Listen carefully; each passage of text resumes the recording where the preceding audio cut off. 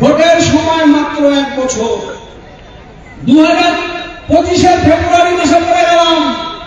দেখতে দেখতে সামনে 2026 বিধানসভা নির্বাচন। এখানে সুশীল জয়ী হয়েছে।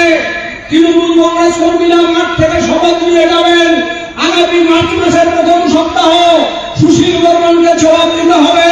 মাথাভাঙা 2 নং ব্লক, মাথাভাঙা 1 নং ব্লক, মাথাভাঙা শহরে কি কাজ করেছেন খতিয়ান চাইলে তৃণমূল কংগ্রেসের কর্মীরা সুশীল বর্মনের বাড়িতে আগামী মার্চ মাসের প্রথম সপ্তাহে আমরা গিয়ে উপস্থিত হব এবং আমি নিজে সেই আন্দোলনে উপস্থিত থাকবো।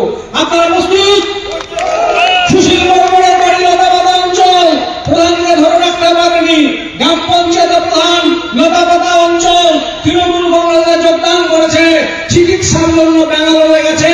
খুব শিগগিরই প্রধানও ফিরে আসবে। এদের সবাইকে নিয়েই সুশীল বর্মনের কাছে জবাব চাও।